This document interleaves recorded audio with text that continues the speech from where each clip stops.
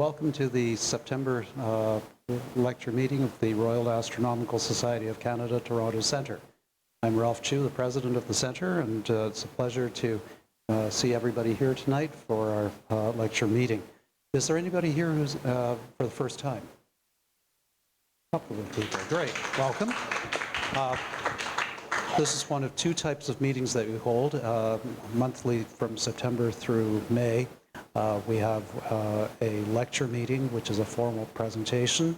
The other type of meeting that we have, usually about 2 weeks apart, is a recreational astronomy night, which is a series of informal presentations from individual members. So tonight is the lecture meeting, and in a couple of weeks I'll be hosting a recreational astronomy night, and we'll talk about the program for that towards the end of tonight's program. First up tonight, before we get into the lecture, I'm going to present our gold medal recipient for 2019. This is one of the perks of being the president, to be able to present this major award, which we make available to the graduating student from astronomy and astrophysics at the University of Toronto, and as well at York University for the student who ranks first in the graduating class. And tonight I'm going to be presenting the medal to the University of Toronto recipient, Shannon van der Woude. Shannon is a graduate of the Aldershot High School in Burlington. She's here tonight with her parents, and she tells me that she developed an interest in the enormous energy scales and the extremely violent processes that occur within our universe, and this led her to study astronomy at the university. She graduated with her BSc from the Astronomy and Astrophysics program at University of Toronto in June, and she spent her summer as a research assistant at the Dunlap Institute. This month she began her studies as a PhD student at the university, and so it's my pleasure to ask Shannon to come up here and receive her gold medal.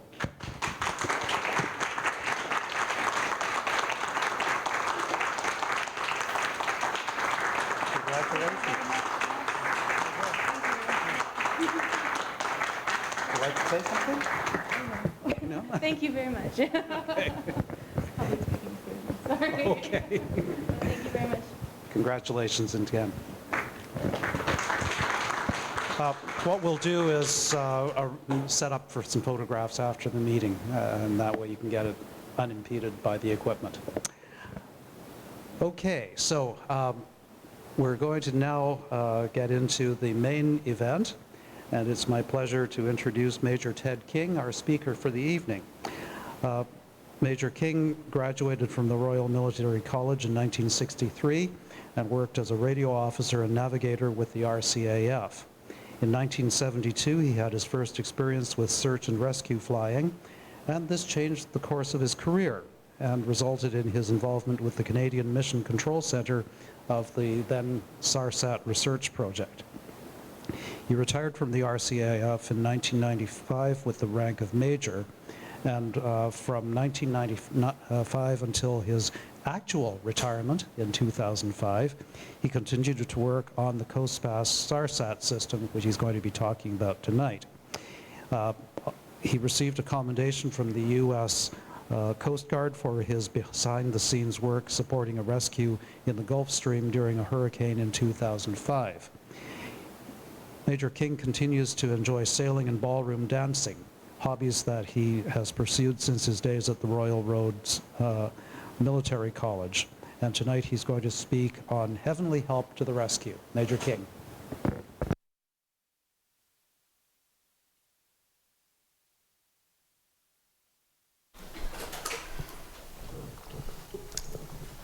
Well, thank you for the nice introduction. As a person in the Air Force, you might wonder why we're here talking about these kinds of things and what that has in common with astronomy. It actually is quite a bit. When I graduated from high school, the Russians had just launched Sputnik, so there was a lot of interest in space.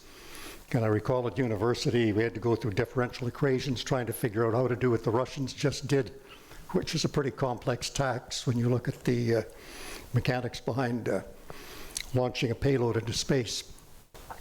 And now at the same time, I was also a navigator in the Air Force, and we relied upon all the work that was done by astronomers in the past because celestial navigation was the primary means of navigation. And I did use those skills traveling all over this planet, using just the sun, the moons, the planets, and the stars to guide me. So now that's all changed because of GPS, but I gather it is coming back in a way. So what do we have in common after that is that while astronomers are up there looking at what's going on outside of the Earth, we are up there in space looking the other way for what's going on down here on the planet. And just to, so you don't get too muddled in my presentation, we tend to use a lot of acronyms in big projects. And the three important acronyms are the different definitions we have for distress beacons. They use the ELT, which is an emergency location transmitter. It's for airplanes. EPIRB's emergency positioning indicating radio beacon, which is used for boats, and personal locator beacon, which is normally used for people, but they're sometimes used in airplanes, sometimes used in boats. In fact, that's becoming much more prominent, as you'll see as we get towards the end. You'll keep seeing these terms pop up in the presentation, but basically they all work in the same distress frequency, and they all do the same thing with a few subtle differences. You know, for example, an EPIRB will be float. It'll float, it'll be more waterproof. An airplane ELT will usually have a G switch in it.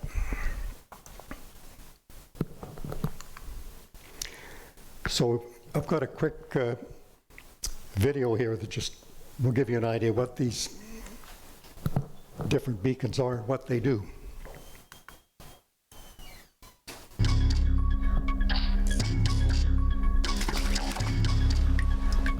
This was done by the COSPAS-SARSET organization. It was on their official website.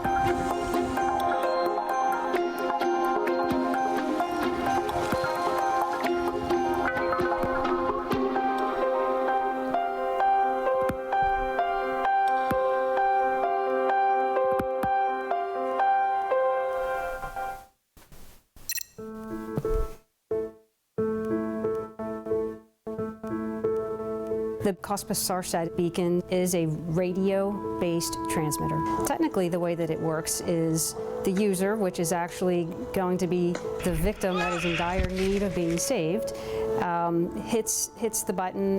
There is an antenna that is hooked to the beacon itself. The antenna is the mechanism to allow transmittance of the signal, which is a signal that is meant just for search and rescue. So the signal itself gets beamed into space, where we have hardware instruments orbiting around space waiting to actually pick up that signal.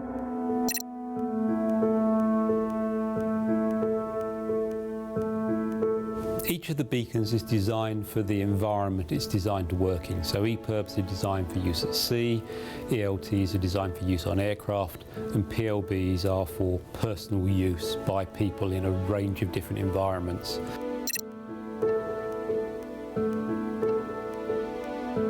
The unique thing about EPIRBs is most EPIRBs are water activated. So the EPIRB would normally be mounted in a bracket on board a ship, but when you take it out, you effectively arm it, and then as soon as you get it wet, it will start to automatically transmit.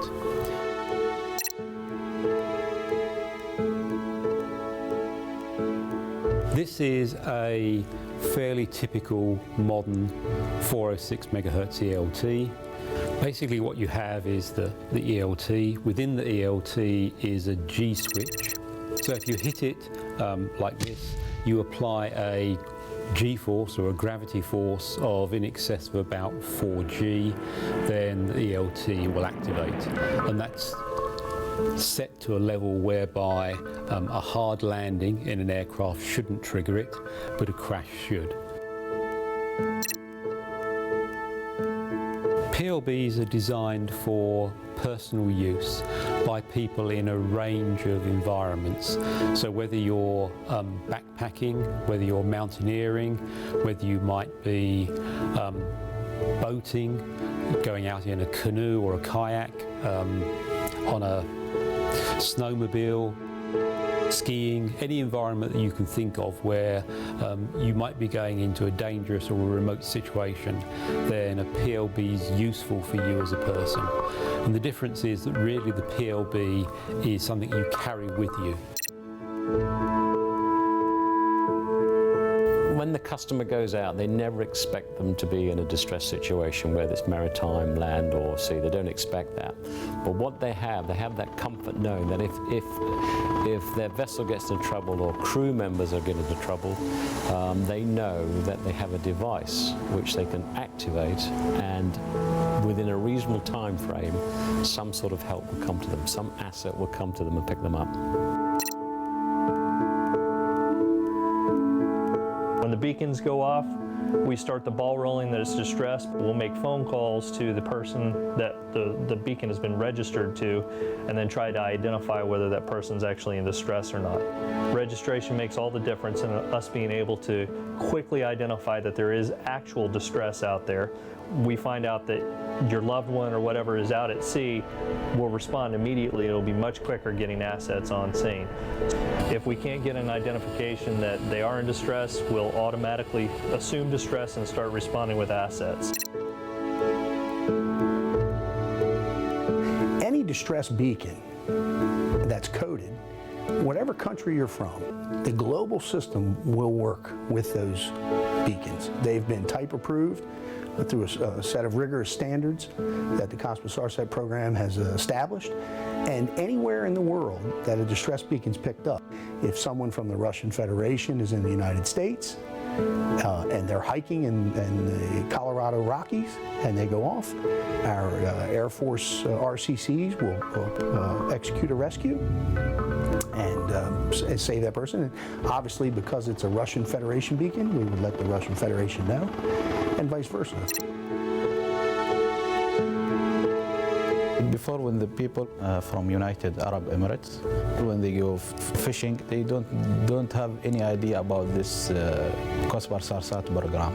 And when they had an incident, they trying to use the cell phones, and sometimes they low battery or there are no signals.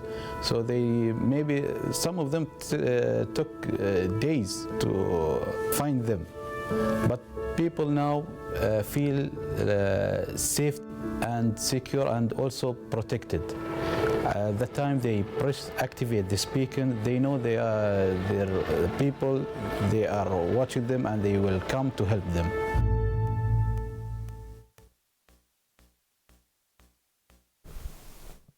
Basically, the background on what distress beacons are, the different types, and how we use them. And by the way, the real heroes are the guys that go down those helicopter hoists and have to climb the mountains up and get those, rescue those people, which we call them SARTECs now. We used to call them pararescue.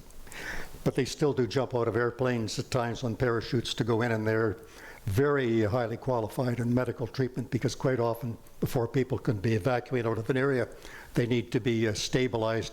You know, if you get broken ribs and things like that, you can't just go dragging them down a mountainside.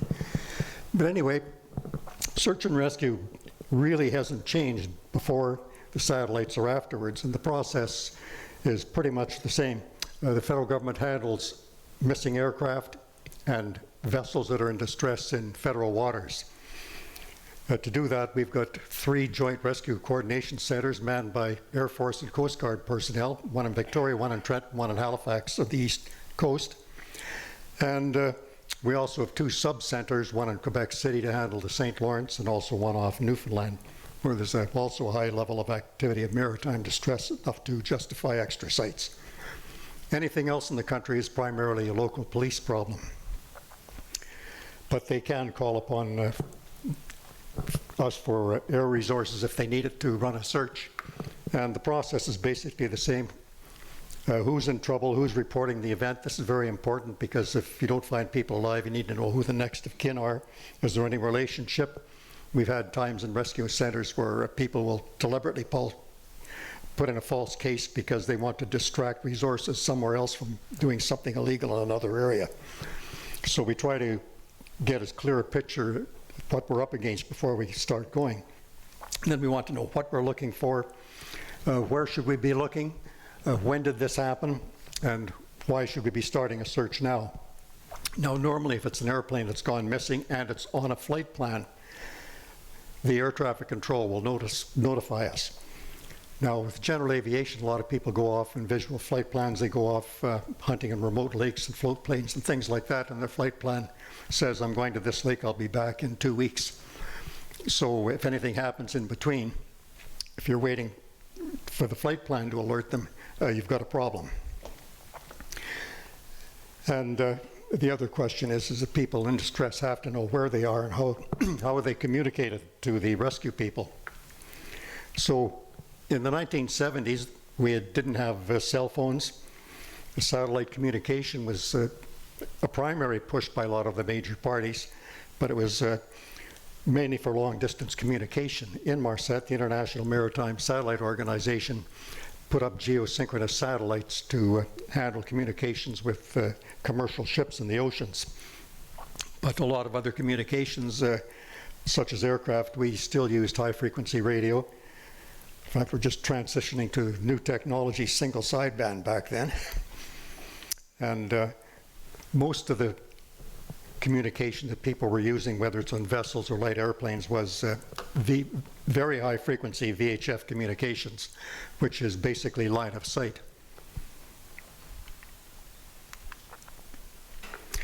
Now, there are problems of line of sight communication, and I'm sure as astronomers you can all figure the math out in this very easily, but basically, if you're on a ship that's got an antenna that's 10 meters above the deck or the water line, and you're looking for channel 16, which is the maritime distress frequency emergency beacon, you'll pick it up within about 10 kilometers. That's your line of sight. So if you're out in the middle of Lake Ontario, you'd have to have a lot of boats out there looking for you before somebody got close enough to pick up your channel 16 EPIRB. Similarly, in aviation, with the 121.5 megahertz ELTs, most general aviation flies below 10,000 feet, and quite often a lot lower. So you're looking at a maximum range of about 140 kilometers.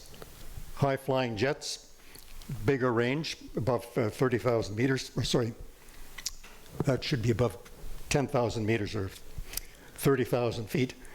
Your range is about 360 kilometers. But the challenge with high-flying aircraft is they will pick the routes according to where the jet streams are up there, so they get the best fuel efficiency of making their trip, and all the planes will be going along the same route. So one area might be covered, but a whole vast other area will not be monitored at all. So the higher you go, you put a satellite up at 100 kilometers, now you've got a range of about 1,200 kilometers, which is a significant increase. So the higher the altitude of the receiver, the greater the range of reception. Now, in the 1970s, GPS was undergoing development. It was used by the military. We had 300,000 aircraft in North America at the time, mostly general aviation, who flew visual flight rules. And otherwise, they may have an instrument that would point them at a beacon, so they would know what their approximate bearing was to a beacon, and a time estimate based on the winds that they'd got before going away. It gives a primitive estimate of their location. Vessels is even more primitive.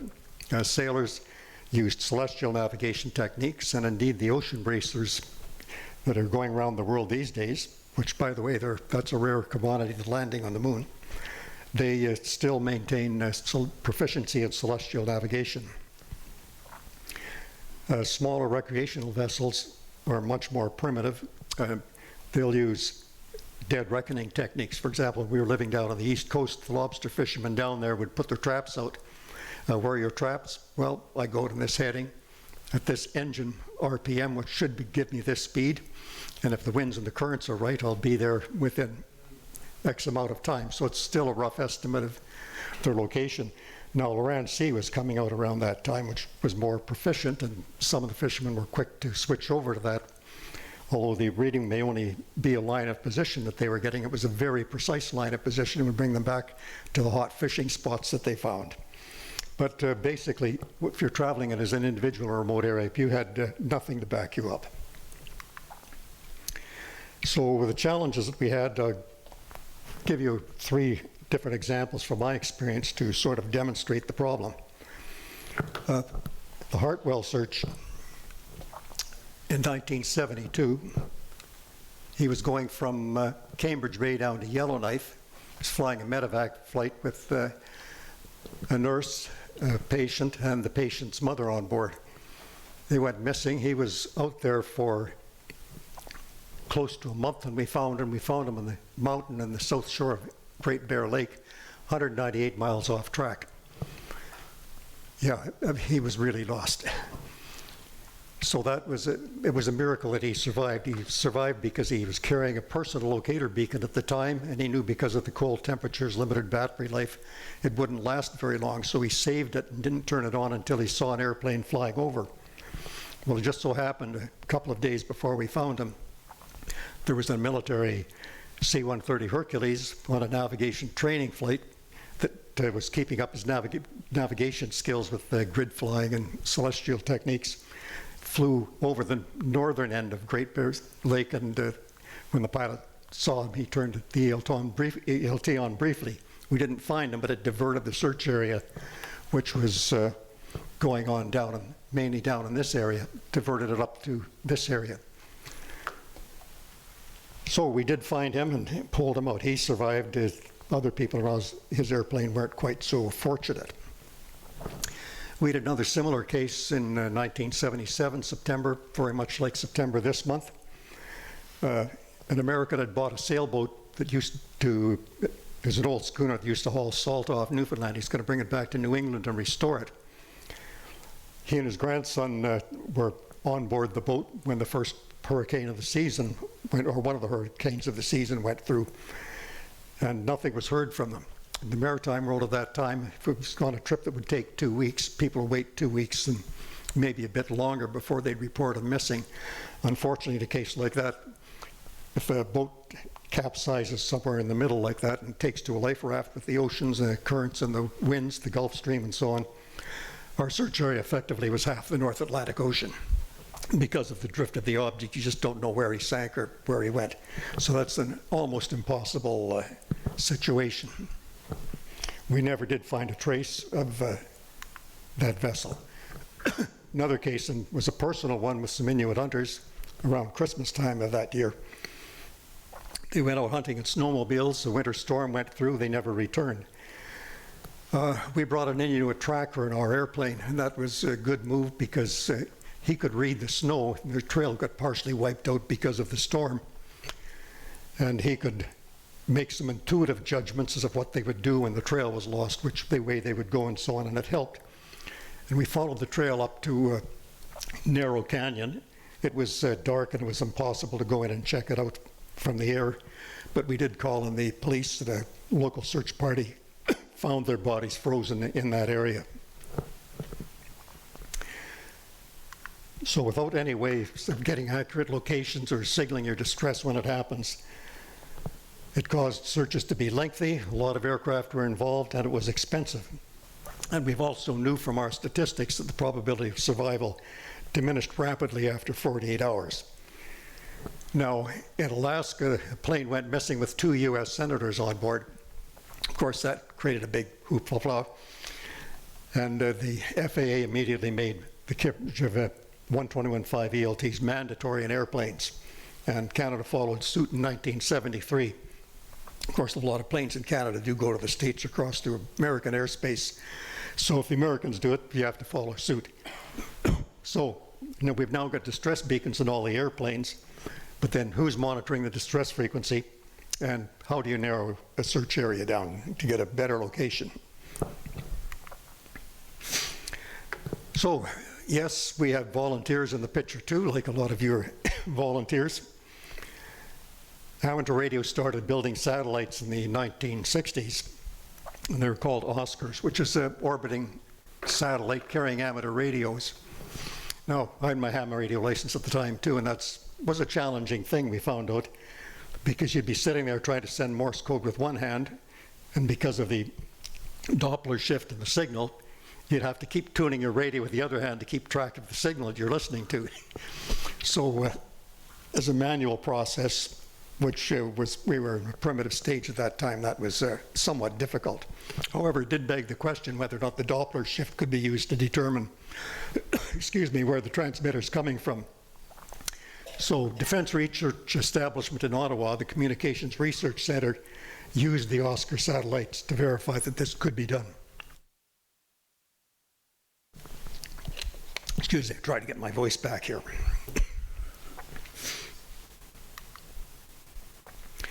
So what we're basically doing is using the Doppler effect, and these are actual Doppler curves that were taken from one of our tracking stations. So we've got the time in seconds along one axis and the frequency of the signal on the other side. And you can see as the curve goes along, there's an inflection point in the curve, and the inflection point in the curve is the point where the satellite is passing a beam, the transmitter. Same thing, you don't hear it as much these days, but if you're at a railway crossing and a train is going by blowing its horn, you hear the high pitch, then abrupt change to the lower pitch. So the rate of change that you hear depends upon how close or how far you are away from the signal. So we have a lot of different signals showing up here, at different ranges, different inflection points. The one up at the top here is probably a real good emergency transmitter because it was amplitude modulated. And you see two distinct sidebands that are paralleling the main signal. That is the ideal signal we would look for. But this sort of mismatch did cause some problems I'll talk about later. Anyway, at this point we know when we're abeam the signal, the shape of the curve, we know how far away it is, but we don't know which side it is. We were hoping that the rotation of the Earth would cause enough distortion of the Doppler curve that we could just sort that out. So that was part of our research phase of the project. So Project SARSAT started after the Oscar satellite experiments proved the concept. Canada was interested, the United States and France were interested. You wonder why France is interested. France has a lot of overseas territories, so they have a particular interest in the global aspect of the project. Also, France had developed some digital beacons they were experimenting with to collect weather buoy data in the oceans around the world, and that was proving to be promising, and they were adapting that technology to the emergency position indicating radio beacons. So the long and the short was Canada provided the receivers for 121 TIFE, 243 and 406 megahertz distress frequencies, and a downlink transmitter.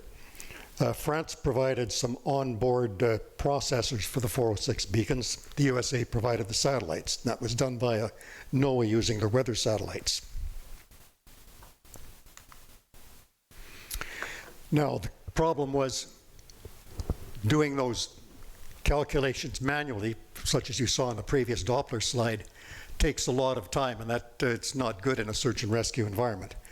So we had a challenge. How do you build a fast processor to handle these Doppler signals and quickly get the locations calculated and put it out? Well, you write a good specification, hire a team of brilliant engineers, pay them well, reward them with success. This is one of the engineers who was working on that side of the project. And you can see his reward is a T-shirt with an animated picture of an ELT on it. Anyway, he's grinning, so I think there's a bottle of scotch went with it. Single malt. Anyway, at the same time, the US and Russia had a lot of cooperative technical agreements. And if you go to Moscow, it is interesting to go to their space museum, because when I was there in 1982, they did have exhibits of both Western and Soviet Union technology, because they did have link-ups in space and programs working together. Of course, that all fell by the wayside After the MOU was signed with us in 1979, the Soviet Union invaded Afghanistan and things went downhill. We were one of only 2 projects between the East and West that was kept going after that. The other was an icebreaker policy. So the gist of the MOU is satellites would be interoperable. After launch, we'd have 18 months of field testing, and it was up to every country to develop its own technology. That phase was called a demonstration and evaluation, or D&E phase. Communications Research Center did the satellite testing, and then field tests, training of people in the field and so on, was done by D&D, and that was really my job, is handling all this stuff on the bottom part of the slide. They were looking for somebody with background in computers and operational experience in search and rescue.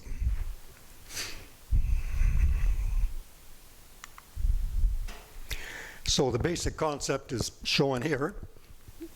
You heard about these terms, ELT, EPIRBs, ELTs in the early movie.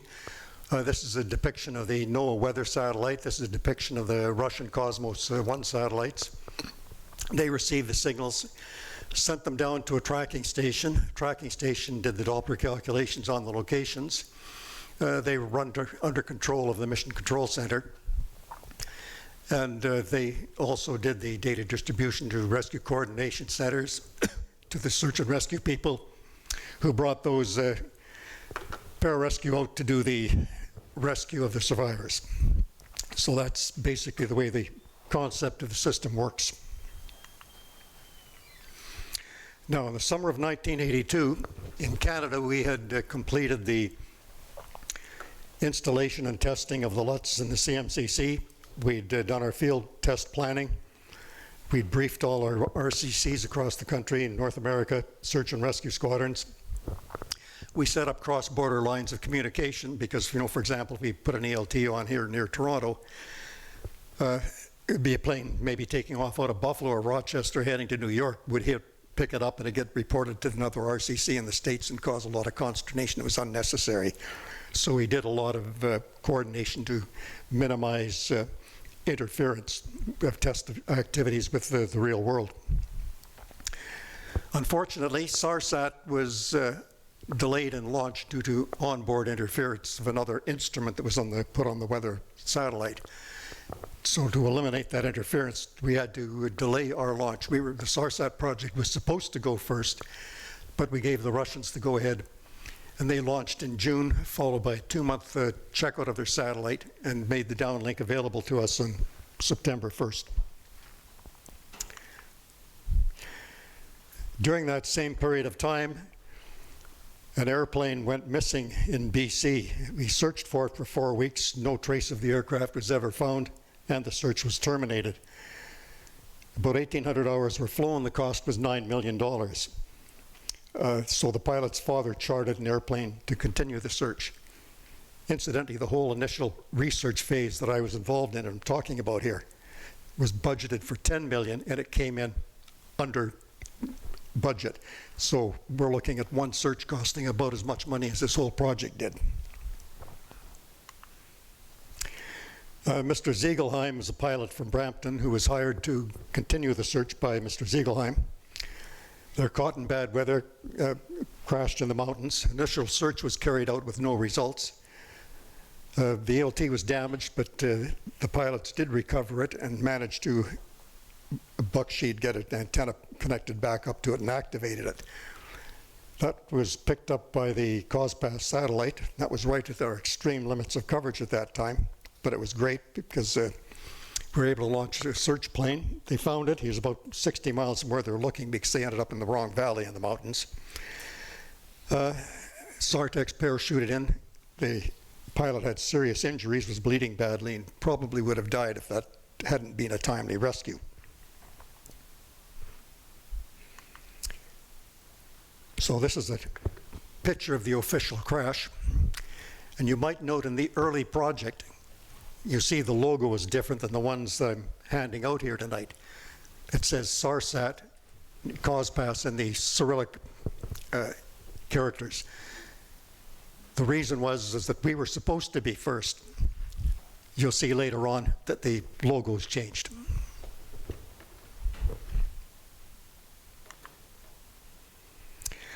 Oh, I should mention, well, when the use of the downlink was turned over to us, I was talking to our people in Ottawa saying, what is your public relations plan? Because we have regular distresses and we're going to find something.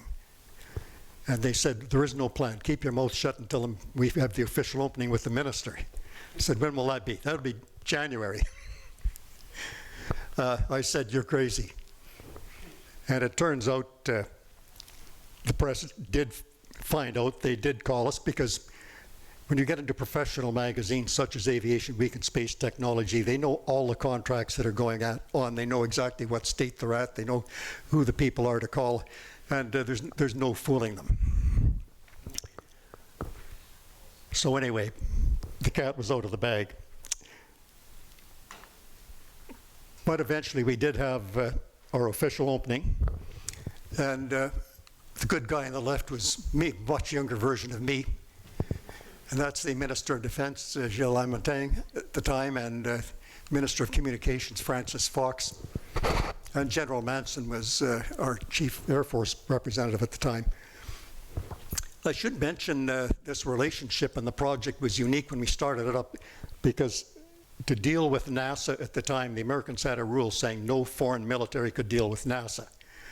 So even though D&D had the primary responsibility for search and rescue in Canada, Communications Research Center was made the point of contact, the official point of contact for this project.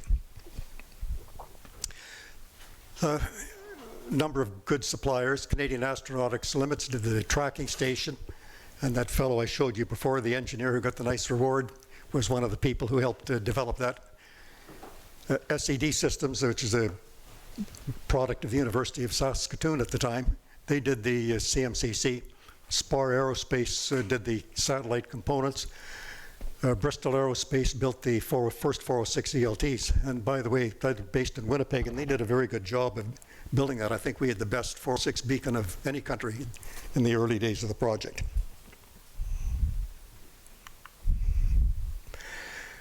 But during the demonstration, we had put live beacons out to show how well the system worked for the minister, and one of them was placed in his riding.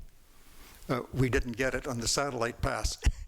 It turned out January in Quebec City can be very cold, and it was a cold and windy day. And the young cadet we sent out to put the beacon out, put along the side of a road and went inside to warm up. Of course, Murphy strikes.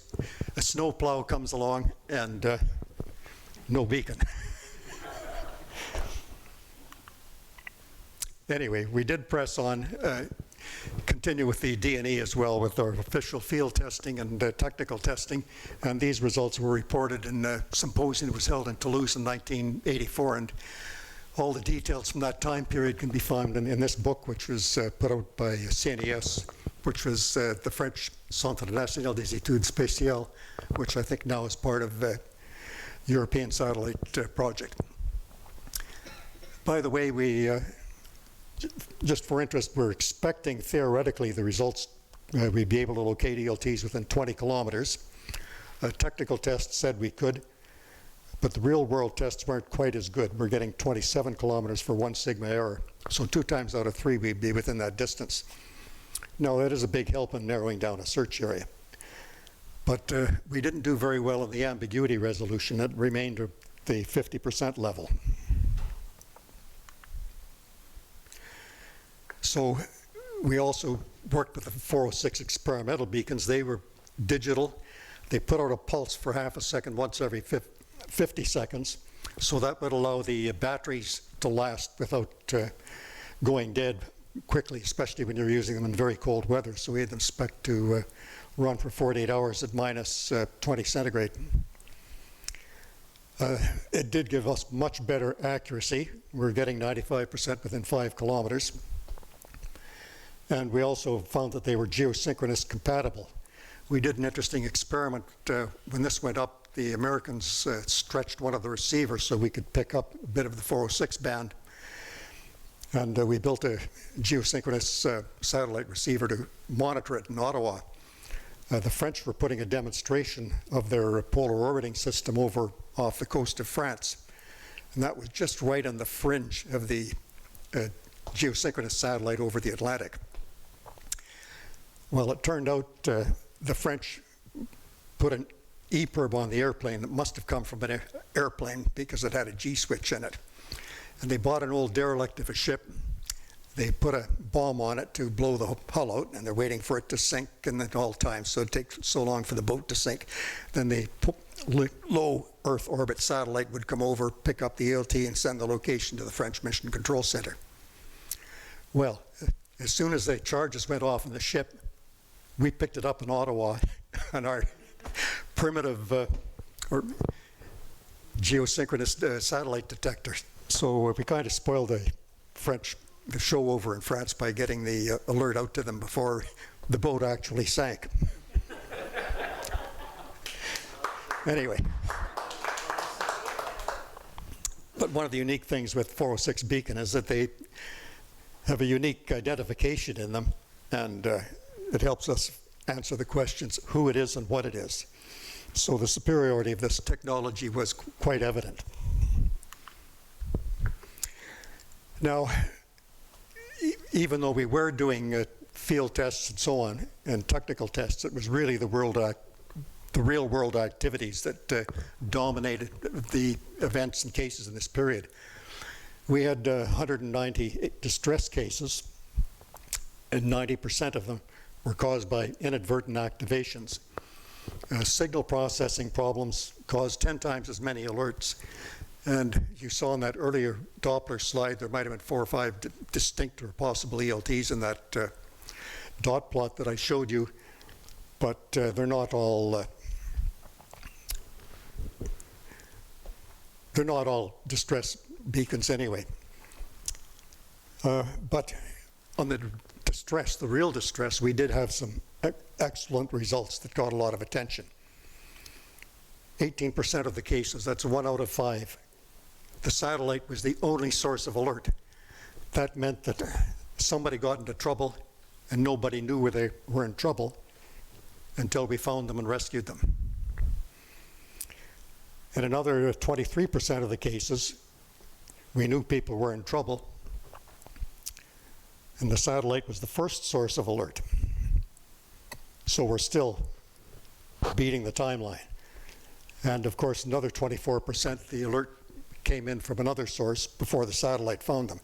Now, during most of this D&E problem, because of the problems we had with the original SARSAT satellite, we're working with only one satellite, the Russian satellite, so there'd be long gaps in the coverage. We did eventually, I think, get up to 3 during the D&E phase.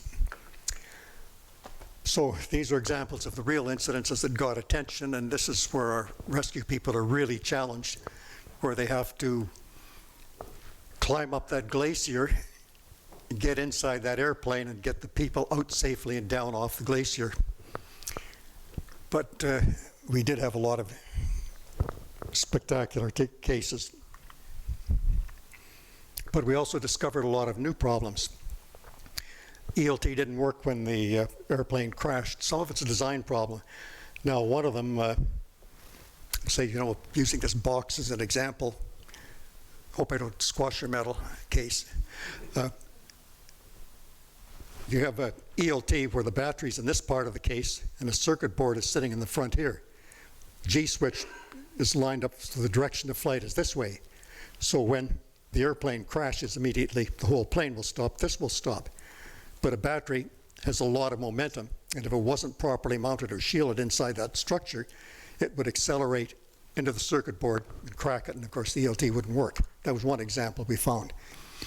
Another problem is that these things, if they're mounted at a convenient place for maintenance or whatever in the airplane, they'll have a cable that runs out to an antenna somewhere else. You saw the one picture in the earlier video of a crash site where the plane is split just before the tail. Well, with that type of construction, those cables will break. So a smart pilot, if they survive and know all about it, this will go and take the ELTs out and put a manual antenna on and use it. it was a problem. And of course, a lot of planes, if they're working it onto uncontrolled airstrips, no one's monitoring 125 megahertz. They have a band landing, the ELT in their airplane goes off, nobody's listening, the battery goes dead. So when they run into a real problem, the only thing wrong with the beacon is that the battery's dead. We also found that satellites were affected by ground-based interference. This could be a challenge at times because with a transmitter in an air traffic control station, the signal is very powerful, very stable, and the location is very precise. We knew exactly what was going on when these showed up. So we'd call them up and say, could you check your transmitter? We think it's stuck on. Well, in radios where you work with one frequency for both receiving and transmitting, the way the equipment's normally set up, you push the talk button and it shuts the receiver off so the transmit signal doesn't overload the receiver. So naturally, if the transmitter's stuck on, if they go to turn the receiver on, they'll hear nothing because they can't turn it on. So there was a bit of an education process that we had to go through in sorting out a few of these problems. Now, the main problem where we did very well on location with the technical tests, but not on the real test, was because of ELT frequency and stability. These are crystal controlled devices that usually multiply the frequency up several times to get to the 121.5 megahertz band. And with subtle temperature changes, such as airplane coming from a cold altitude, landing at a warm ground below, or vice versa, it's flying up high with the heaters on and lands in the cold area down below, the temperature changes are going to cause the oscillator to shift in frequency because there was no built-in frequency stability and wasn't required in the specifications for those early distress beacons. Another problem why we had so many false signals was some of the beacons would be overmodulated. And because they're overmodulated, you just get a blast of noise all over, and the Doppler processor is trying to say which of these points match up. They don't necessarily make sense, so you end up with maybe a dozen locations where you only needed one. So that was putting a lot of stress on our rescue coordination centers because we're running about 60 incidents a month. We also had problems we found with EPIRBs. Now, as soon as people started hearing about the satellites and the success we had with airplanes, nobody wanted to work on the 156 megahertz marine beacons, the EPIRBs. They went out and started buying ones that worked at 121.5 megahertz. Well, here's one of the ones that was rushed out to the market by a manufacturer. Worked well on a bench, worked in a bucket of water, went undetected and placed in the lake. Now, one of the guys working with another ham radio operator, and he said, I'm going to take it apart and look at it. We looked at it, and there's no ground plane underneath the antenna. So all the signal was going into the lake. It was a bad design. So it was obviously that we had to do some work on improving things to make satellite distress alerting a success. Now, that was a bit of a challenge because some of these responsibilities go back to another department, the Ministry of Transport, which was not involved in this project. Anyway, we did do some research for the D&E as to what were these causes were. Parked aircraft, no apparent reason. Could be an airplane was jostled when it was being moved. Could have been the pilot did a bad landing. Maintenance, people connect up wires incorrectly or hit a switch and don't notice it. Weather was a big factor. A severe turbulence would cause beacons to go off. Poor operating procedures. The standard procedures pilots normally do or were supposed to do at the time. You're allowed to test your ELT at the first 5 minutes of the hour to see if it's working. And then after landing, you're supposed to turn the radio to the distress frequency to make sure you didn't have a bad landing. It wasn't transmitting. Well, very few people after they landed had any interest in checking the radio. So we had a lot of beacons that were going off that shouldn't have been, and nobody was hearing them. And we did have a few just misring things. Don't know what they are. The non-ELTs, by the way, we found computers were coming in and were picking up computer modems that were radiating on the distress frequency. And we had other unusual non-distress beacons. takes 4G, as you saw in the earlier video, to set off a G switch. And it was not uncommon to find these located in the post office. So you know how your packages are being handled. Sometimes they're accidentally turned on by people who are inquisitive. The person takes it home, the pilot takes it home, and the kids pick it up. What's the switch for? And they turn it on. I mentioned the pre-flight, post-flight checks not being done properly. We actually found one on the top of an apartment building in downtown Ottawa. I guess a thief had stolen the pilot's briefcase that had an ELT in it. While he's sitting up on the top roof of this apartment building going through the loot, he saw this mysterious radio, and he was wondering what it was and turned it on. Led us right to him. Anyway, and then we had some real surprise cases. We had an aircraft that was abandoned right here within the confines of metropolitan Toronto that had been abandoned by drug smugglers. That was a tough one to take down because the registration had been changed so many times over the months. It took a long time, but eventually they did catch up with some of the people who were behind that smuggling operation. And of course, the other problem we're finding in the ocean areas was beacons are being shipped, but they're falling off the vessels while they were being shipped. They weren't mounted properly, so there are some mount issues that had to be worked out for the maritime world. So basically, the real world activities helped push the project forward. I mentioned the SARS Eagleheim, and shortly after that, we had catamaran was overturned. I think it was 300 kilometers off the east coast in American waters. That was rough weather, rough search, but they still hurricane season. But they did bring a big freighter in to block the water so another smaller rescue boat could go in and pull the survivors off. And we had another crash in Quebec around that time, and that was interesting because my boss at that time in Trenton, who ran the RCCs in the country, General Dave Garland, he was, by the way, one of the people in the chase pilot with the Avro Arrow while it was being tested before that project got scrapped. So he was no stranger to research, but on this particular day we heard the overflights. It was late in the afternoon. We knew it was going to get dark soon. It was obviously the way the airplanes were flying that day. It was a more remote part of Quebec. And he said, we got to get somebody out there. So he said, launch the squadron. He said, where do you go to? Just head for Quebec. We got a satellite pass coming up. We'll give you the coordinates after you're airborne. And sure enough, we did. They got there, found an airplane crashed. 2 people on board. Unfortunately, the one person in the airplane died because of his injuries, but we were able to get a helicopter out of our base in Bagotville and get the other pilot rescued and off for medical help before it got dark. Now, at the same time, our French colleagues and their partners also had a good success in missing sailors off the Canary Islands in the South Atlantic. So it was things like this that showed the merits of the system. Sailors like that off the Canaries were probably following the traditional route that sailors do to get over to North America to go to the Caribbean. So they would have been more than a month before they would have been reported overdue if they didn't show up.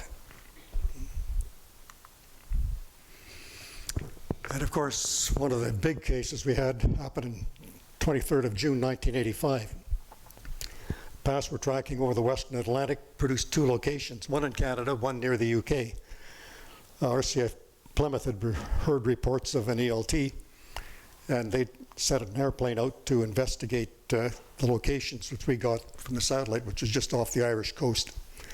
That was Canada's worst terrorist act. 329 people killed on an Air India flight 182 from Toronto to Bombay. This crash was discovered before the flight was officially reported overdue. Now, we had people from ICAO attending some of our meetings at that time, and it was incidents like this that really caught their attention. And we obviously had, if we wanted to make it international, we had to do more than what we were doing as a research project. So we had a number of serious policy issues to see. Satellites see beyond borders. We had pretty good working relationships in North America with Americans, the Danes, and of course the UK and the Portuguese to the east.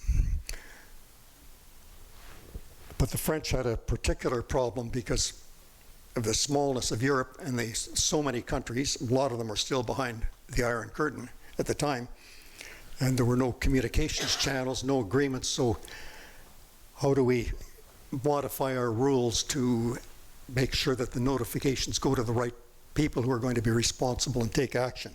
So we had a lot of work on the operational side and political side to get that resolved. The carriage issues, we had more and more people bringing the beacons with them.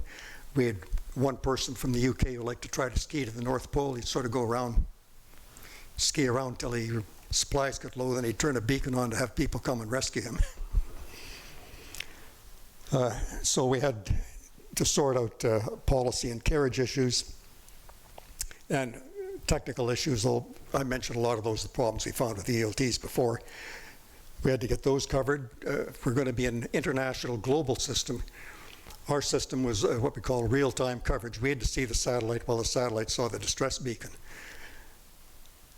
Now, we didn't have a lot of satellites at that time. We didn't have a lot of tracking stations that would give us that mutual visibility.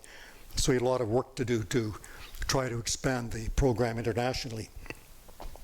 The USA and Russia carried a lot of weight in the International Maritime Organization meetings because the voting power was based on the size of your fleets.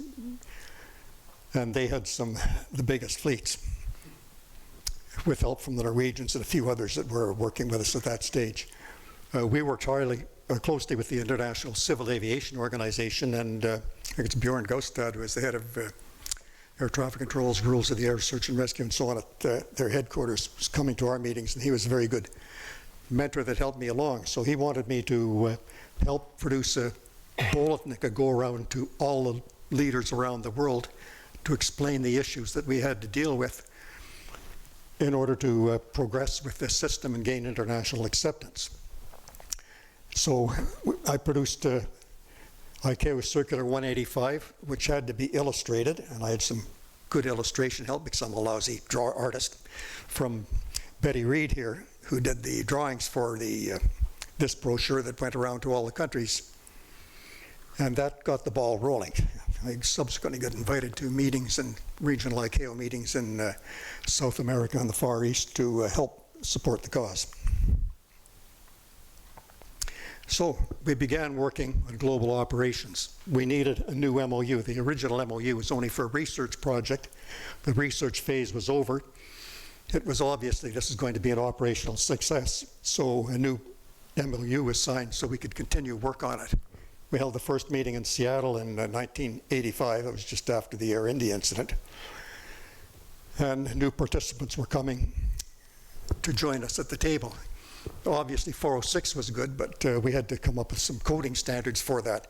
And it's sort of like going to a Chinese buffet of you got a whole bunch of things to pick from. Now how are you going to pick what's good for you and what really need and what you work? We knew for sure we needed to get a country code into the beacon and some standardized way of doing that. But there's a lot of identification information. Now, one of the engineers that I had a lot of respect for worked with NASA. Well, everybody's arguing about this. The French would say we want this, the Danes would say we want this, and somebody else would say they want that. And we said, look, set up a computerized database. I mean, IBM had just come out with its PCs. It was a doable thing without a lot of effort. And then you can put all the information you want in there, and you just need a unique code to identify the user. So for the most part, that's what we did. ICAO and IMO still made a couple of exceptions under the Global Maritime Distress and Safety System where they want a particular digit put in there. But I think you'll see at the end of the slide that the PLB concept and database really caught off because I think half the beacons of the world fall into that category. So, just to keep things going here.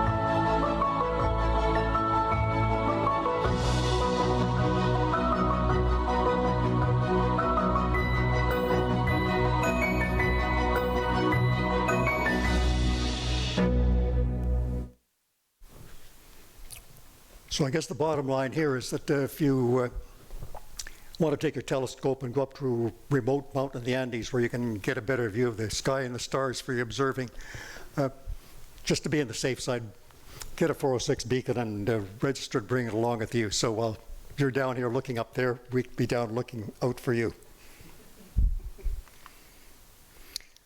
Anyway, there's a lot of rapid development after that. We did gain international acceptance within ICAO and the Global Maritime Distress and Safety Systems.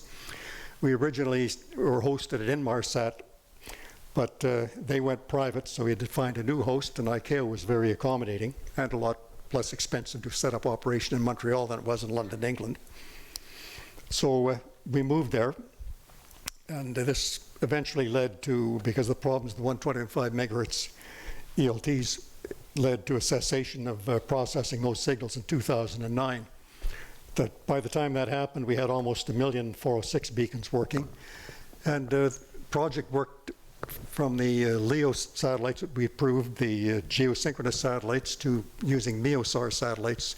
They're using time delay technology, amongst other things, for that work. And that work is continuing today. That's very close to becoming a reality. This is a chart of incidents. That's the last official one reported internationally up to the end of December 2017. And you'll notice that there are a lot of people using PLBs for both the land aviation and marine, because you can buy a 406 PLB for about $500. It can be used in all those environments right now. The only difference is it won't meet MOT standards because it doesn't have a G switch in it for aviation. It will be float free and possibly water activated, but not automatic. And of course, ELTs are in use. They're not fully in use Canada yet. I see that our Minister, Mark Garneau, has recently put out a notice trying to make 406 mandatory. Canada was very slow in following suit with the change in the ICAO rules.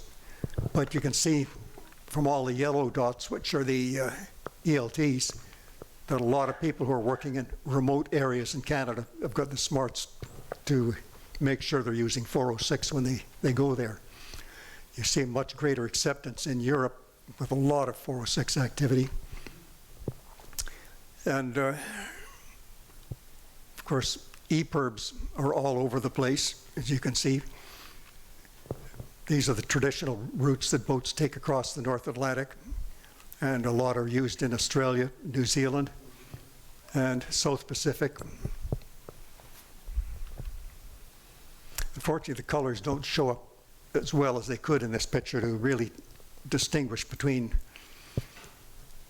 the some of the PLBs and the other ELTs and EPIRBs.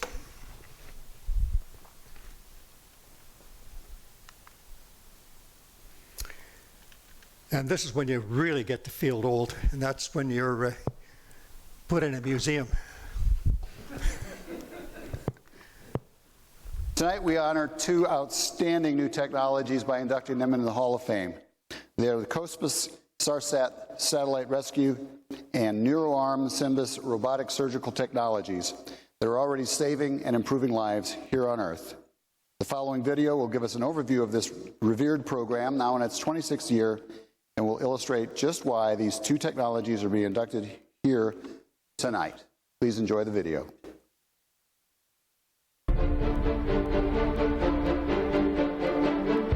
Look at the things that have happened in the last 50 years. What are some of the greatest achievements of the last century? And a lot of them have to do with space. And the technology required for us to explore has found other uses here on Earth. So a lot of the technological achievements of the last 50 years are as a result of the money we spent trying to send people to the moon and send people out into space. The knowledge, skills, and technologies developed to get us out there serve us well here on Earth.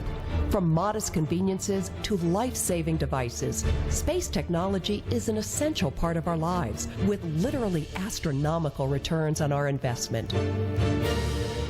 in medicine, transportation, communications, computer science, biology, aerospace, public safety, energy, agriculture, quality of life. I mean, the list goes on and on. I mean, there have been tremendous technical developments far outweighing what we have spent on the space program.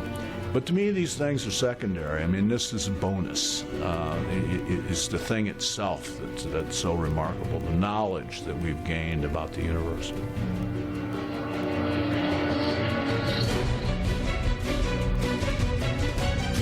Exploring the vastness of space demands innovative, new technologies. The journey continues to expand our abilities far beyond what many believed possible. When you innovate, as you advance a space frontier, you create a culture of innovation in the nation that funds it. Other people say, hey, that's a really cool thing to do. I want to become an engineer too. I want to become a scientist just like you. And they start doing innovative things, whether or not it has to do with space. The Space Technology Hall of Fame honors those who transform technologies originally developed for space exploration into the products and services that improve the quality of our lives on Earth. COSPAS-SARSAT. In 1979, the United States, France, Canada, and the Soviet Union agreed to jointly develop a worldwide satellite-based search and rescue system. By 1985, that system, known as COSPAS-SARSAT, was fully operational. The first generation used low Earth orbit satellites to detect emergency signals and repeat them to ground stations where Doppler processing provided signal location. To improve signal location accuracy, NASA led an effort to incorporate search and rescue instruments on GPS satellites in mid-Earth orbit. This new distress alerting satellite system embedded the GPS location in the signal itself, eliminating Doppler calculation for faster ID and rescue. Today, more than 40 countries participate in COSPAS-SARSAT, making this a truly international effort. Since its inception, it has provided response to the over 1 million beacons in use worldwide and helped rescue more than 32,000 people. COSPAS-SARSAT, space technology saving lives on Earth.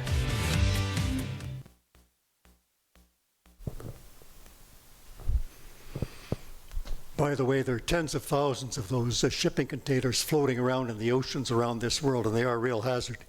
There was a movie made about that, which I tried to show to my wife, but she wouldn't watch it. Robert Redford, where his boat hits one of those things, and he's trying to patch fiberglass in a wet ocean under difficult conditions. Very little conversation in it, practically none. But it's intriguing, and those are some of the things which we're up against where this system like this helps. Well, we did have competition, I should mention at the time. The Germans were working, I believe, on an L-band system, the frequency of your cell phones, working through the Inmarsat satellites, which are geosynchronous. And they had some of that technology on display at our symposium in Toulouse. But from a practical point, I went and looked at it, and I couldn't help but break out laughing. Now, you saw the pictures of the boats out there bouncing around in the waves. Can you imagine a person who's got a beacon that's about the size of this podium over here that's floating around in the ocean?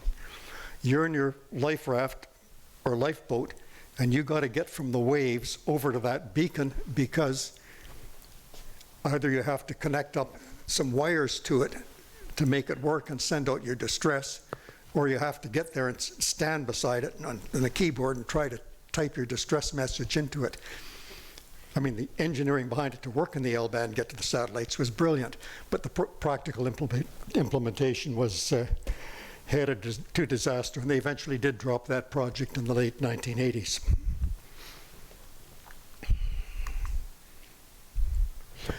So to wrap things up, after 20 years after we started this project, those of us who were the early pioneers working that all got recognized by the National SAR Secretariat and half of the government for the work that we did. And the last case was very interesting that was mentioned when I was being introduced. We had an American who bought big new powerboat went over to the Bahamas. It was in early June, and the first hurricane of the season was coming through. Well, he decided he's going to make a dash back to Florida and beat the hurricane. He didn't. He had one of the new 406 beacons, but he hadn't registered it.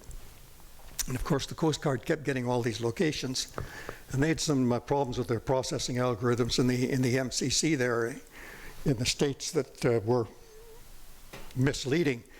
Now, in an RCC, when a hurricane goes through, they get very busy, especially down in Florida.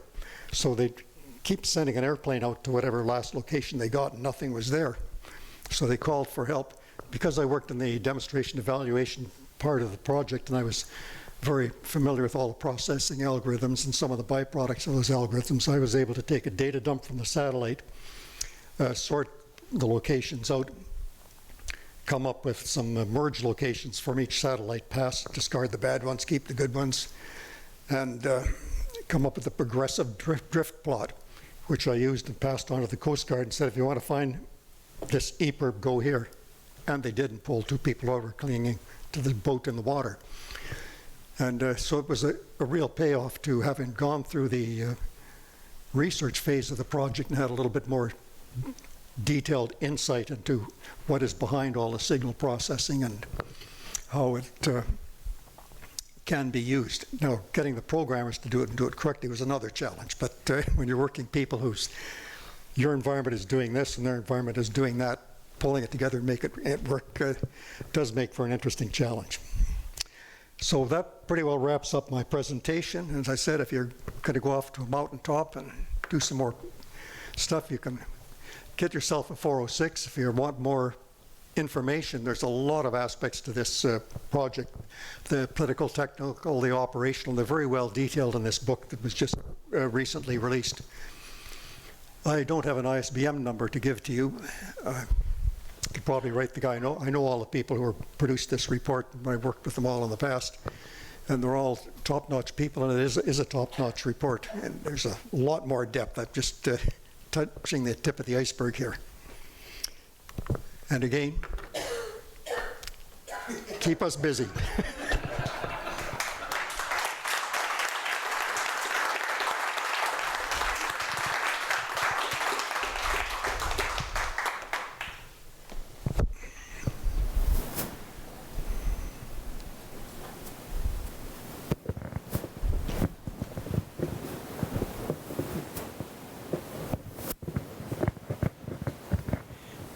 Hi, thanks very much for your talk. I'm here. Yeah. First of all, a little question that's personal. I used to live in Iqaluit, and I'm just wondering what year it was that those hunters were discovered, and unfortunately they didn't survive. December 1977. Okay. Anyway. This summer I was sailing in Georgian Bay, and when I was in the Arctic I also was by myself for 2 days in a blizzard at the west end of Baffin Island. And I'm just curious to know if I'd had that safety equipment or needed to use it, how long would it take for each place for people now to realize A, somebody was in trouble, and B, roughly where they were so they could start launching airplanes, and C, close enough to be able to say it's probably within this maybe 20 kilometer area? Well, with the new 406, is my microphone coming through? Okay, with the new 406 technology, the accuracy that were recorded in the DNA phase was 5 kilometers. In actual fact, we do better with that, and on Doppler processed signals, we actually merge them together to get a more accurate location. That's part of the processing that goes on at the MCC. We couldn't get quite as much accuracy in the early GPS or location encoded beacons because they didn't have enough bits to give the precision that was required for being really precise. So that's why we do additional processing at the MCC level to get the location down. So normally I think you'd be looking at somewhere of having you down within maybe 1 kilometer. Now, the big question is where do the resources come from? The RCCs have the authority to go, for example, if they know somebody is running a helicopter operation up in your area or as some other commercial operation up there that's nearby you, they can charter them to go out. But if it is remote and there's nothing around there, then we have to get the helicopters up there. When I was in search and rescue, that would be a challenge because our Voyagers that we had at the time, Labrador Voyagers, the same thing, one was Army, one was an Air Force helicopter, had limited range, and it took a lot of fuel hops with fuel caches on the route to get them up there.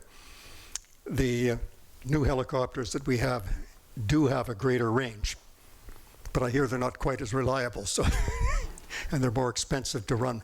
But we do have the option of bringing out other resources, and of course our search airplanes all carry the pararescue people on board, so they will quite often go over site, for example, and parachute a radio down to you, get more details. Are you okay? Are you injured? And so on. Do you need any food? And depending upon the nature of the discussions, you know, actions will ensue. If you're injured, they may very well parachute you down, start giving you medical attention while we're waiting for a helicopter to, or a plane on floats or skis or whatever to come in and help you out.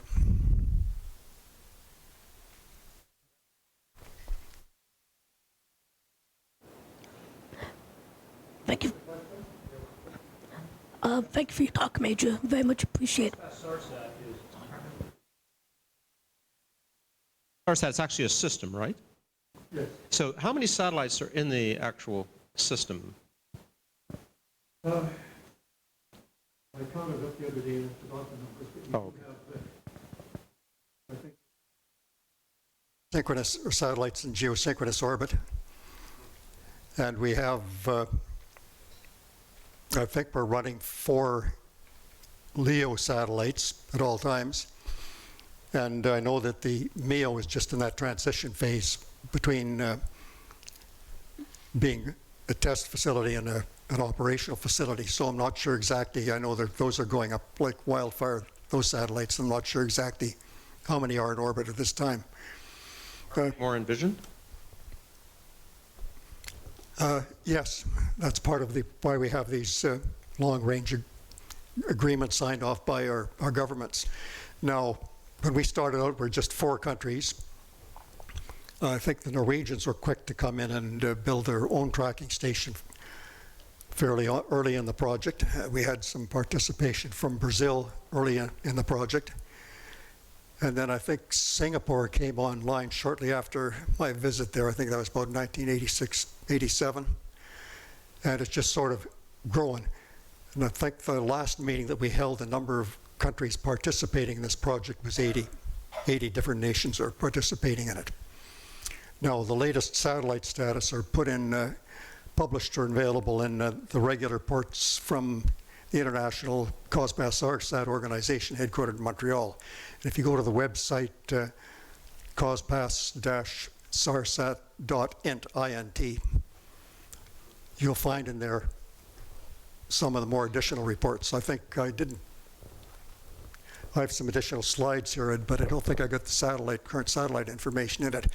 I think since the program started up, the number of people who've been assisted by the satellites and rescues count is up to 46,000. Okay, thank you.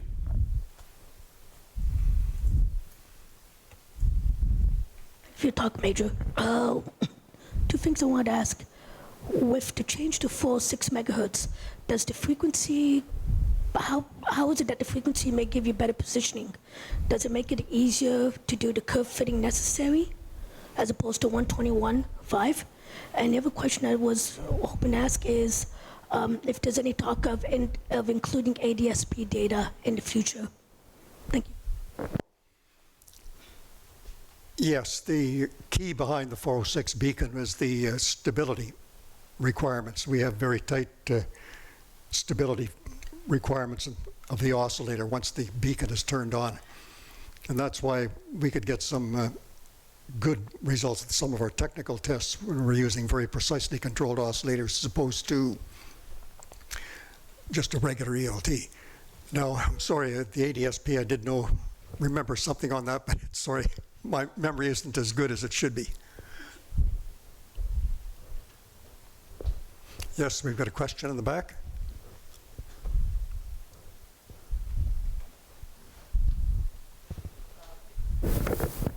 Is it on? Yes. It's very interesting when I see that it's when the video says, you know, all you have to do is buy one of these beacons and everything else is free. How does the funding work? You know, and so much of, say, the Pacific Ocean isn't really anyone's territory, so the governments are, someone's paying for you to watch in not even national territory. Yes, in oceanic regions, this is very interesting because we get 3-mile limits, 12-mile limits, 100-mile limits, and so on, different boundaries where different levels of jurisdiction apply, whether it's a crime, whether it's fishing, or whether it's, you know, other activities. So it is a little bit more complex, but what people in rescue coordination centers normally do is that they will try to alert vessels in the area around you, if you're out in the middle of the Pacific, to go and help out or investigate the distress signals they're picking up. And I think that's one of the keys in this organization. In fact, it was rather interesting at one of our meetings because under the days of the Soviet Union, the Americans went into a meeting saying, well, here's our area of responsibility. And they showed the whole Pacific Ocean up to 12 miles off the Russian coast of Kamchatka. Of course, that got a bit of a reaction. So the next meeting, Russians came up and they showed charts. No, this is our area of responsibility in the Pacific. And they had it up to 12 miles off the coast of California. So, yeah, that's where we had to get together and come up with something. And I was at that meeting and I said, hey, both you guys got it right. Because if there's a distress out there, and you think that's your area, we sent it to us, and you think it's our area, sent vice versa. I said, at least you got 2 people responding, which is better than having nobody. So then we started to make progress doing this properly.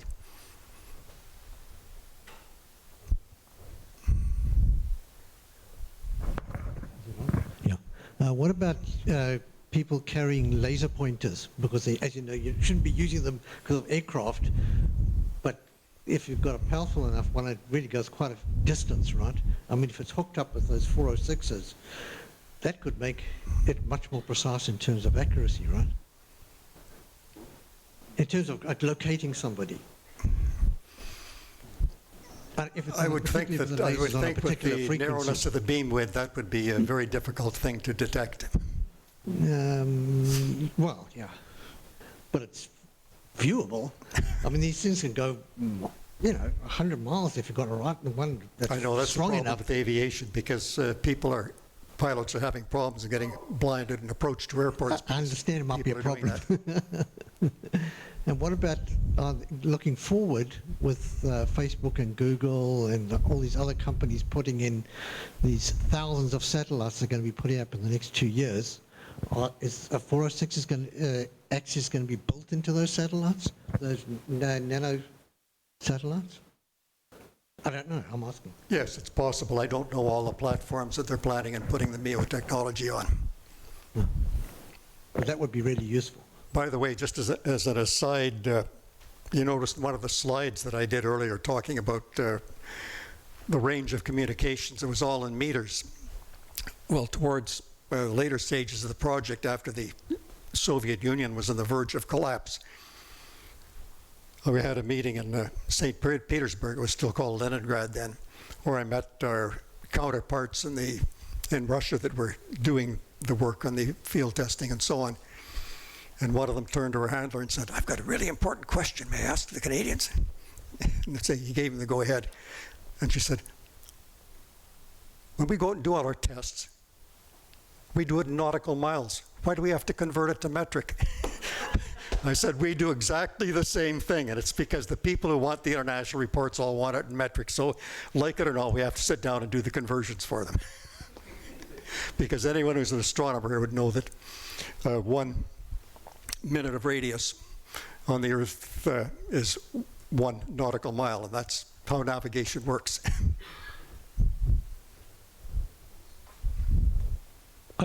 I've heard a number of references to mid-Earth geosync satellites. Do you start losing accuracy when a signal is transmitted, like say at the North Pole? I don't believe so, and I haven't seen the results of the MEO satellite testing, but they're doing a lot of time delay synchronization. I remember that was talked about a lot in our early phases of the project, but it's now being followed up by the people who are currently working it. And there are some other technologies. For example, one of my colleagues that I knew is a sailboat similar to mine, sails up in Lake Superior, which is fairly remote. He was a former FAA Airlines inspector. He always carried the spot system that the French produced, and it had the advantage that you paid an annual fee for it. But when you're going out in your boat, it would send messages through the satellite to a point in the internet where somebody could actually dial up and follow you. So he would arrange for some of us to follow him. So we knew where he was going and where he was stopped or where he was last at. And the RCCs will respond to information requests that come through other sources like that.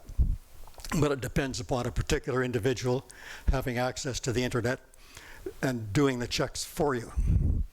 Whereas with something like 406, the alerting is automatic. I have a quick question.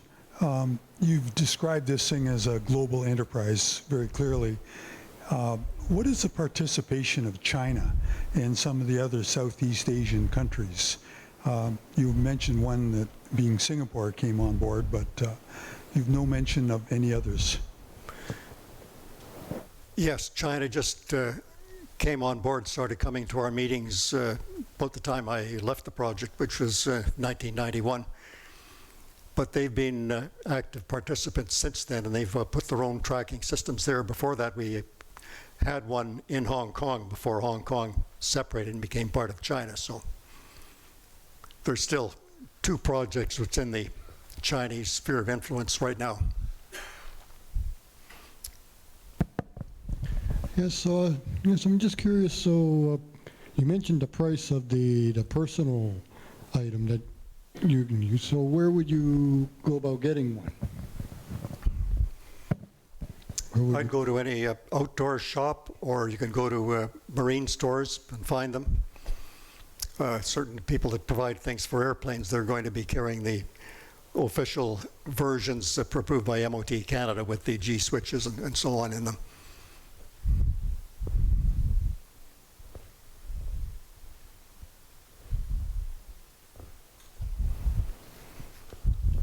You may have noticed on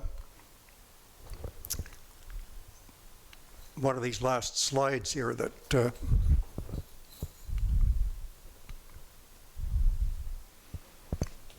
are a lot of PLBs in use for both aviation, land, and marine. And I should point out one other difference, which you will note here. I've got some stickers left over from the project days, but when you saw the early stickers that said SARSAT COSPAS with COSPAS in Cyrillics, it's now that the Soviet Union is over, the project name is COSPAS-SARSAT. It says Russia, not the Soviet Union, on the label. So there have been some subtle changes over time. Well, as I understand it, this is an emergency, indicates that there is an emergency of some kind.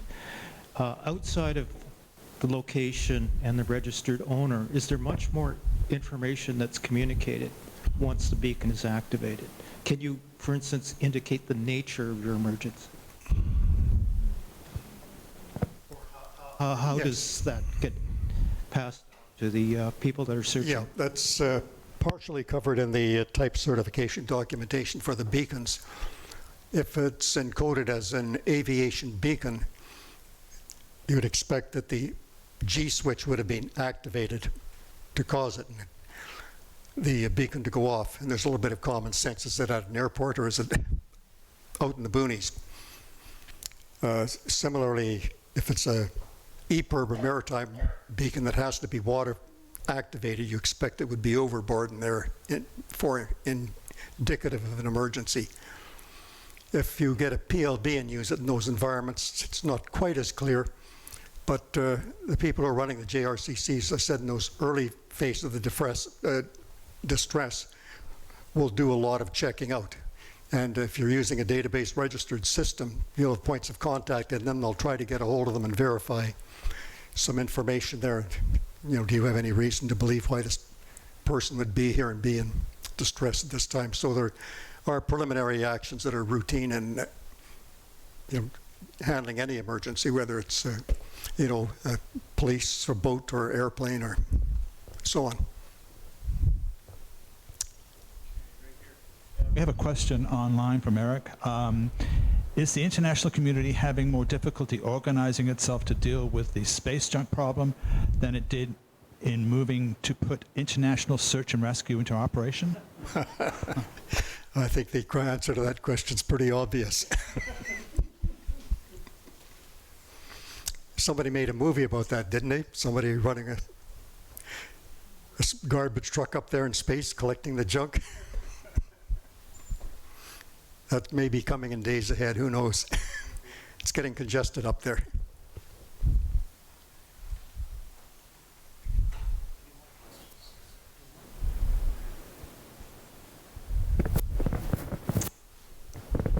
Okay, looks like we've run out of questions, but I think that it's pretty obvious that this topic, although it's not something that we really hear about very often, has triggered a lot of interest. So thank you very much for coming out and talking about it tonight. And I do have a couple of little tokens, so I can just get behind you here. I'd like to present you with a couple of little tokens of thanks for your talk. Thank you. And again, thank you very much for telling us all about COSPAS-SARSAT. Yes, if anybody wants some souvenirs, we've got some stickers from the early days of the project here that you're welcome to help yourself to. Thank you very much.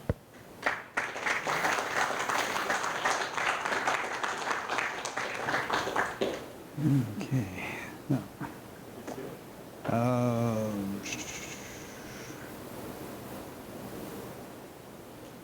I'm having trouble seeing what's on the screen here. Okay, thank you. There's the announcements.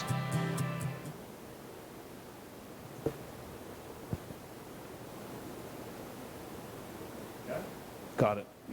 Yeah, I'm just powering it up. There we go. Okay, so we've come to that point where we can talk a little bit about what's coming up in the next few weeks. And first of all, before I actually go into the slides, let me just let you know that I have a box of RASC observing calendars here available, hot off the press.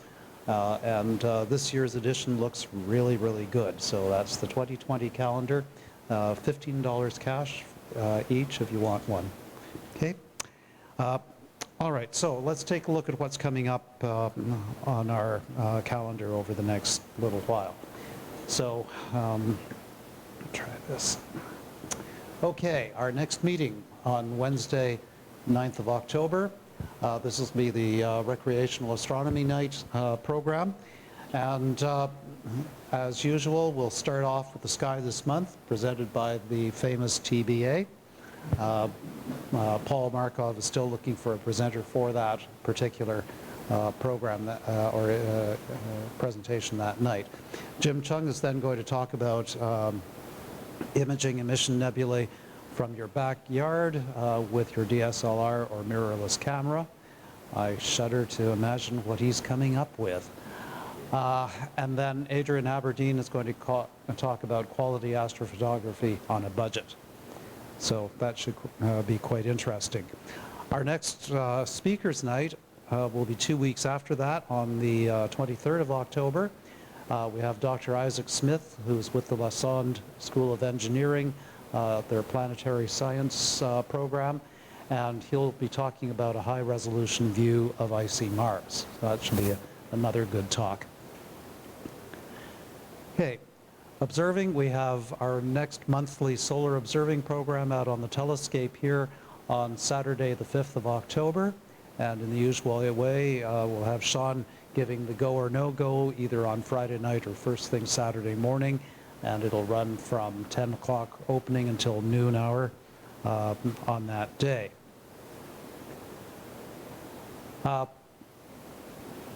Our other regular observing programs, we have the Dark Sky Star Party. This is a long way off, the last week of October. First clear night between 28th of October and 1st of November. Hopefully we don't have to run it on Halloween, but one never knows. As far as the City Star Party is concerned, that's going to be the first clear night of next week, so between the 30th of September and 3rd of October.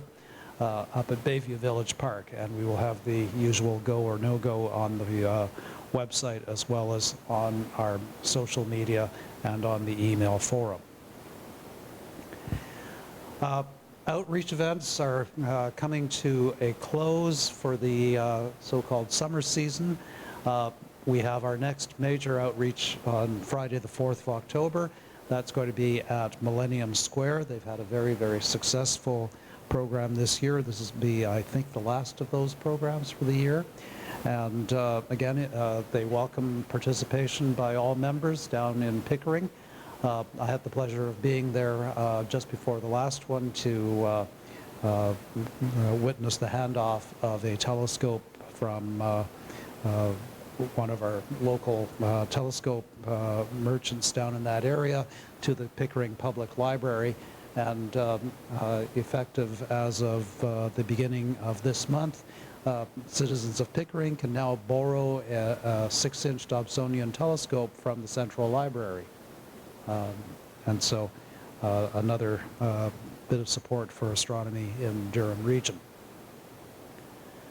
We'll also be doing a special program for Nuit Blanche on the 5th of October. So in the evening between 6 and actually I think it's 11 o'clock now. It's been changed because of Nuit Blanche. We are going to be setting up telescopes in the valley next to the Science Center's Valley building. So for those of you who are interested in helping out for that program, we'll ask you to let me or Ian Quilban know whether you can help out. We'll put something out on the forum so that you can respond. And what will happen is you'll be parking down in the Valley parking lot, the staff parking lot, which is accessed by the traffic light that's first south from the entrance that we used tonight to get into the parking area up here at the top of the valley. You'll be setting up your telescopes on the grassy area right next to the parking lot facing south, and it does give us good sight lines from the southeast to well over to the west, over the top of the trees. And what will be happening is that people who come for that event will be parking up in the north and south parking lots and bused by shuttle bus as part of the Nuit Blanche arrangements down into the valley, where they can then come into the Science Center to see one of the special displays that's being run down in the old, in the foyer of the Valley building, and then they can come take a look at the telescopes on their way to and from the shuttle bus. So that'll run until 11 p.m., at which time the lights go on, and then it's just the Nuit Blanche event inside the Valley building of the Science Center. So again, it's going to be a different type of program from the type of thing that we're used to doing here at the Science Center. Okay, other things going on. October the 19th will be our next astronomy night at the David Dunlap Observatory, and for that evening, which will run from 7:30 until from 7 o'clock rather until 9:30 p.m., the guest speaker is our own honorary president, Dr. Roberto Abraham.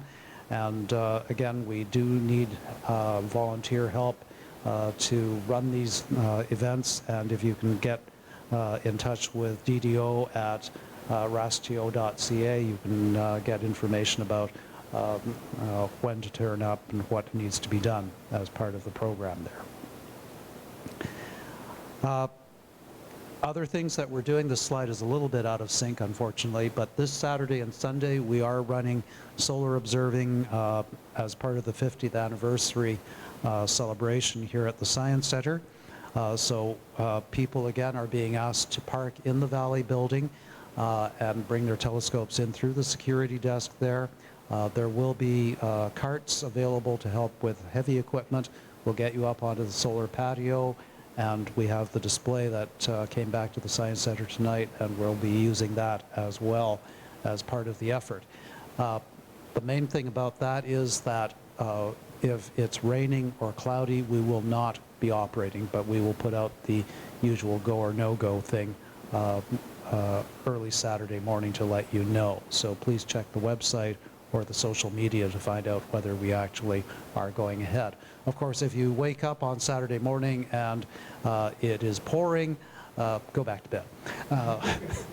But if it is a clear sky, we will be here from 10 o'clock until closing at 5 that day. And the same thing for Sunday.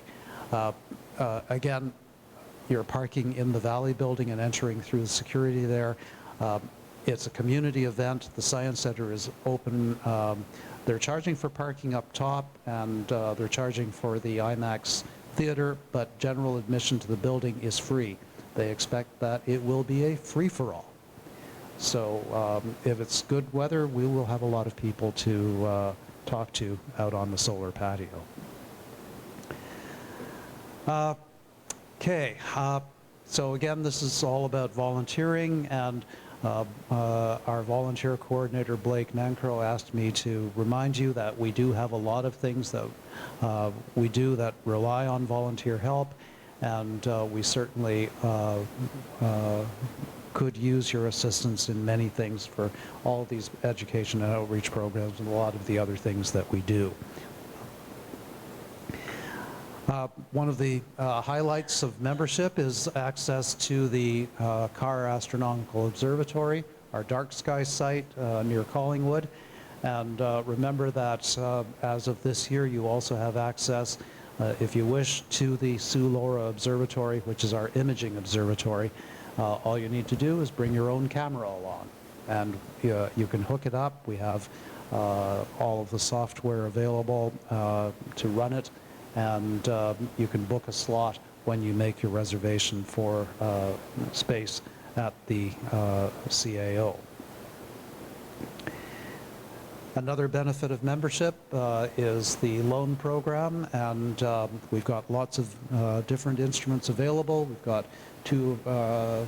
one, did I see George? Just, no, it's just Mark tonight. So we do have Mark Teitelbaum, who is one of our 3 managers here tonight, if you're interested in finding out about that program. And by the way, talking about volunteers, we are looking for some additional managers for the program, because we now have 3 people who are helping out with the telescope distribution. But with the distribution of our members, we need some extra folks to help out with handling the telescopes. So again, if you can help out with that, please talk to Mark and let him know what your information is so that we can maybe start making some arrangements there.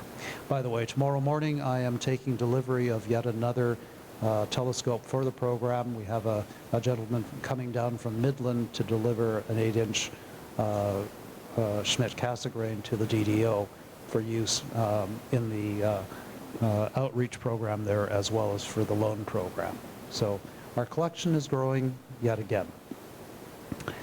Okay, and finally, meeting after the meeting at the Granite over at Mount Pleasant and Eglinton.